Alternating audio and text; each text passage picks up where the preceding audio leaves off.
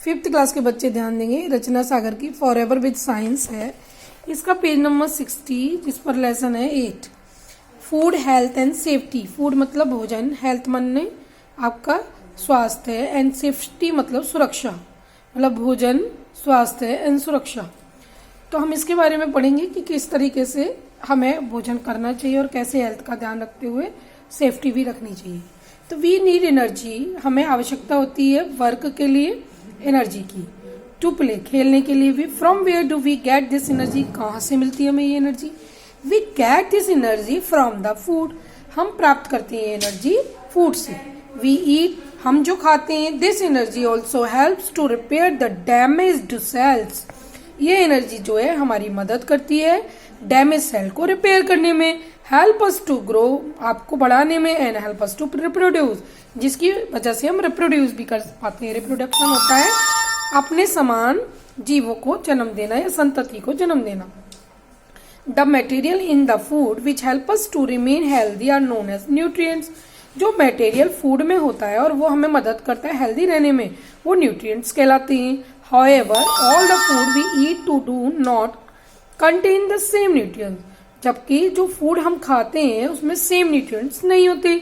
Apart from food, food के अलावा our body also need good exercise, हमारी body को एक्सरसाइज की आवश्यकता होती है, एंड इनफ रेस्ट, और रेस्ट की भी। तो we need to drink clean water, हमें आवश्यकता है साफ पानी पीने की, and breathe fresh air to remain healthy, और साफ सुथरी हमें हवा भी चाहिए हेल्दी रहने के लिए। ईटिंग टू लिटिल और टू मच मेक्स वन सिक, ज्यादा खाना और ज्यादा से जरूरत से कम खाना भी हमें बीमार बनाता है। To make our body fit, हमें अपनी बॉडी को फिट बनाने के लिए एंड हेल्दी बनाने के लिए।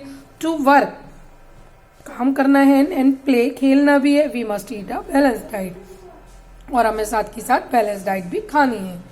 अब हम बात आती है what is a balance diet, ये बैलेंस्ड डाइट है क्या? The food we eat daily is our diet, वो फूड जो कि हम अपनी लाइफ में खाते हैं, डाइट में खाते हैं, विच कंटेन, उसमें कंटेन होते हैं सारे न्यूट्रिएंट्स के एक करेक्ट प्रोपोर्शन में, वो हमारी बैलेंस डाइट कहलाती है।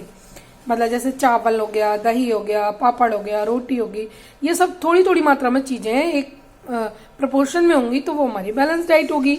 हमें बहुत सारे वेरियस न्यूट्रिएंट्स की आवश्यकता होती है हमारी बॉडी को, तो वो है carbohydrate, protein, fats, vitamin and minerals. अब ये मिलते कैसे हैं ये बात करेंगे। कार्बोहाइड्रेट जो है मोस्ट कॉमन फूड न्यूट्रिएंट्स है, जो कि इजीली मिल जाता है। Even a poor man can afford to buy such food, गरीब व्यक्ति भी इसको खरीद के खा सकता है। इट गिव्स एनर्जी, ये एनर्जी देता है ड्यूरिंग रेस्पिरेशन, सांस लेने के समय। The rich sources of carbohydrate, जो जिसमें ज्यादा कार्बोहाइड्रेट मिलता है वो शुगर है, पोटैटो है, सीरियल्स मतलब दालें भी हैं, राइस है और गेहूं है, इनसे ज्यादा कार्बोहाइड्रेट मिलता है। फिर है प्रोटीन, प्रोटीन जो है हेल्प करता है हमारी बॉडी को ग्रो करने में और रिपेयर करता है हमारे डैमेज टिश्यू को। रिच सोर्स जो है प्रोटीन का वो पल्सेस में है, मिल्क में है, मीट में है, चिकन में है, फिश में है, एग में है, और इसके साथ साथ सोयाबीन भी सबसे बेस्ट सोर्स है प्रोटीन का। बच्चों के लिए मिल्क में होता है, ठीक है। ये सारी पिक्चर्स भी दिखाई गई हैं आपको प्रोटीन किस किस से मिलता है। फिर है fats, fats also provide energy, fat भी हमें एनर्जी प्रोवाइड करता है हमारी बॉडी को। Same quantity of fats compare to carbohydrate, अगर क्वांटिटी फैट्स की और कार्बोहाइड्रेट की हम कंपेयर करें तो provide almost double the energy, carbohydrate जो है डबल एनर्जी देता है। They give structure to our cell, same quantity of fats compare to carbohydrate provide all double energy. तो they give structure to our cells, ये structure देते हैं हमारी body cells को। They are the only nutrients, ये nutrients हैं जो कि स्टोर हो जाते हैं बॉडी में फ्यूचर यूज के लिए। रिच सोर्सेज ऑफ फैट्स जो है आर, वो कुकिंग ऑयल है हमारा, बटर है, घी है, नट्स है, एग योग से मिलता है, जो कि 70% है हमारे बॉडी की एनर्जी के लिए आवश्यक। थ्रू कार्बोहाइड्रेट, हमें ऐसे ही 70% जो है वो कार्बोहाइड्रेट से हमें मिलता है। फिर है विटामिन, विटामिन प्रोटेक्ट करते हैं हमारी बॉडी को, किससे? फ्रॉम डिजीजेज, बीमारियों से, एंड कीप अस हेल्दी, हमें हेल्दी रखते हैं और स्ट्रॉन्ग रखते हैं। They are nearly 15 kind of vitamin, 15 तरह के विटामिन हैं which are needed by our body, जो हमारी बॉडी के लिए आवश्यक है। डेफिशिएंसी, इसकी कमी या इसके ज्यादा होने से कोई एनी पर्टिकुलर चीज के विटामिन के वो बीमारी हो जाती है। वो हम इस चार्ट में पढ़ेंगे कि कौन सी बीमारी से कौन सी कौन सी विटामिन से कौन सी बीमारी होती है। विटामिन ए, इसको हम येलो फ्रूट से, वेजिटेबल से और ग्रीन लीफी वेजिटेबल से, मिल्क से प्राप्त करते हैं विटामिन ए को। और इसकी कमी से नाइट ब्लाइंडनेस हो जाती है। सिम्टम इसमें आता है डिम लाइट में आपको दिखाई नहीं देगा, ड्राई स्किन हो जाती है और ड्राई आईज हो जाती है। फिर है बी, इसमें हमें स्प्राउट बीन्स खानी चाहिए, पल्सेस खानी चाहिए, ग्रीन लीफी वेजिटेबल। इसकी कमी से बेरी रोग होता है और इसके सिम्टम जो नजर आते हैं, स्किन जो है हमारी रफ हो जाती है, ड्राई हो जाती है, जॉइंट्स में पेन रहता है, कॉर्नर्स बन जाते हैं, माउथ क्रैक्स मतलब चमड़ी जो है आपकी क्रैक हो जाती है। सी जो है आंवला में, लेमन में, ऑरेंज में, स्प्राउटेड ग्राम में, टोमेटो गुआवा में मिलता है। इसकी कमी से स्कर्वी रोग होता है। इसकी वजह से ब्लीडिंग गम्स हो जाते हैं और बहुत सारी परेशानियां दांतों से रिलेटेड। फिर है डी, बटर, घी, ग्राउंडनट्स, ऑयल, एग, मीट से मिलता है। इसकी कमी से रिकेट्स हो जाता है बचपन में बच्चों में, और बड़ों में ऑस्टियोमेलाइसिस होता है। ये इसके कारण डिफेक्टिव हो जाती है बोन्स और दांत जो है।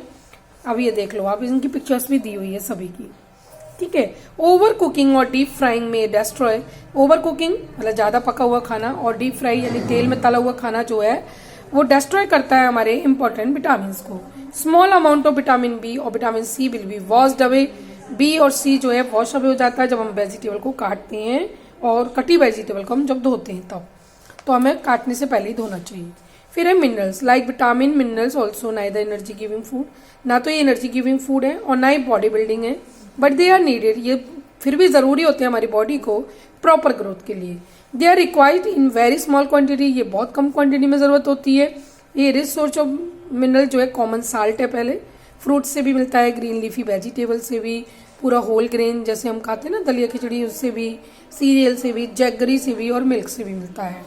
फिर है वाटर से ना तो एनर्जी मिलती है और ना बॉडी बिल्डिंग सब्सटेंस मिलता है, बट ये बहुत ही जरूरी होता है हमारी बॉडी की परफॉर्मेंस के लिए, क्योंकि बहुत सारी केमिकल रिएक्शंस जो है इसी पर डिपेंड होती हैं। ये हमारी बॉडी को रेगुलेट करता है, बॉडी के टेम्परेचर को भी। फिर है रफेज ये वो पार्ट होता है फूड का जो डाइजेस्टेड नहीं होता, बट बॉडी को जरूरत होती है इसकी। It is not a nutrient, ये न्यूट्रिएंट नहीं है, but is very much needed, बहुत जरूरी है आपकी बॉडी के लिए। It is taken through our diet, ये भी अपनी भोजन के थ्रू लिया जाता है। ये रेगुलेट करता है हमारे वॉवल मूवमेंट्स को और also retain water in our body, और पानी की मात्रा को बनाए रखता है हमारी बॉडी में। जैसे दलिया होल ग्रेन है, मैंने अभी भी बताया था। पल्सेस और सैलेड भी बेस्ट सोर्सेज होते हैं रफेज के लिए, ठीक है। एक्सरसाइज भी करनी चाहिए हमें। रेगुलर एक्सरसाइज जो है हमारी बॉडी को फिट बनाती है और हमारी मसल्स जो है एक्टिव हो जाती है। एक्सरसाइज से हमारा बर्न होता है यानी जलता है एक्स्ट्रा फैट, और हमारी बॉडी जो है स्लिम बन जाती है यानी पतली हो जाती है। It make our heart beat faster, ये हमारी बॉडी की हार्ट बीट को फास्टर बनाती है और इम्प्रूव करती है हमारे ब्लड के सर्कुलेशन को। बी स्वीट अलॉट ड्यूरिंग, हम स्वेट, हमको बहुत पसीने आते हैं एक्सरसाइज जब हम करते हैं, तो इसका मतलब हमारी बॉडी कूल और क्लीन हो रही है। पोस्चर, सिटिंग स्टेट, हमें सीधे बैठना चाहिए, या स्टैंडिंग स्टेट, खड़े भी सीधा होना चाहिए, क्योंकि we breathe in more oxygen, तो हम जब ऑक्सीजन ले रहे होते हैं तो वी लुक ग्रेसफुल, जिससे हमारा शरीर जो है, चेहरा जो है ग्रेसफुल लगता है। रेस्ट, स्टडिंग और वर्किंग, मतलब पढ़ रहे हो या काम कर रहे हो लॉन्ग आवर्स, लंबे समय तक, हमारी बॉडी कमजोर हो जाती है और इनएफिशिएंट हो जाती है, यानी वो परेशान हो जाते हैं हम लोग। To make our body regain and strength, हमारी बॉडी की स्ट्रेंथ को रिगेन करने के लिए हमारी बॉडी को रेस्ट की जरूरत होती है। फिर resting time our brain gets complete, जब हमारा रेस्टिंग टाइम कंप्लीट हो जाता है तो वहाँ ब्रेन में मैसेजेस जाते हैं और हमारा हार्ट जो बीट जो है स्लोअर हो जाती है और आवर मसल रिलैक्स, हमारी मसल जो है रिलैक्स हो जाती है। फूड एड फैट्स, कुछ मिसकॉन्सेप्शंस फूड्स के बारे में। एक apple a day keeps the doctor away, grapes are good for health, eating ladies finger make are good in mathematics, eating pomegranate red carrots increase our blood, यानी apple खाओगे doctor भगाओगे, grapes खाओगे health good हो जाएगी, lady finger खाओगे तो good mathematics में होगे, और पोमग्रेनेट खाओगे और रेड कैरेट्स खाओगे, ये आपके ब्लड को इंक्रीज करेगी। ठीक है, इतना क्लियर हो गया आप लोगों को? इतना क्लियर हो गया होगा। अब आपको आगे का और थोड़ा एक और करा देते हैं, देखते हैं। All the above food fat are just misconception, मतलब ये मिसकॉन्सेप्शन बनी हुई है। Many people think that more expensive food, बहुत सारे लोग सोचते हैं एक्सपेंसिव फूड जो है वो गिव स्ट्रेंथ, वो स्ट्रेंथ देंगे हमारे शरीर को। बट रिमेंबर, याद रखो, if the food is balance, food balance है तो if it is has all the nutrients, जब इसमें सारे न्यूट्रिएंट्स हैं करेक्ट प्रोपोर्शन में, तो वही आपको गुड हेल्थ देगा। अब बात करेंगे व्हाट इज हाइजीन। हाइजीन क्या होती है? हाइजीन होता है साफ सफाई, क्लीनिनेस। तो क्लीनिनेस और गुड हेल्थ जो है हाइजीन के अंदर आते हैं। इसकी वजह से हमें डिजीज नहीं होती। गुड हाइजीन में क्या क्या होता है? टेक बाथ एवरीडे, नहाना डेली चाहिए। Washing and before and after our meal, आपको अपने हाथ जो है खाना खाने से पहले और बाद में धोने चाहिए।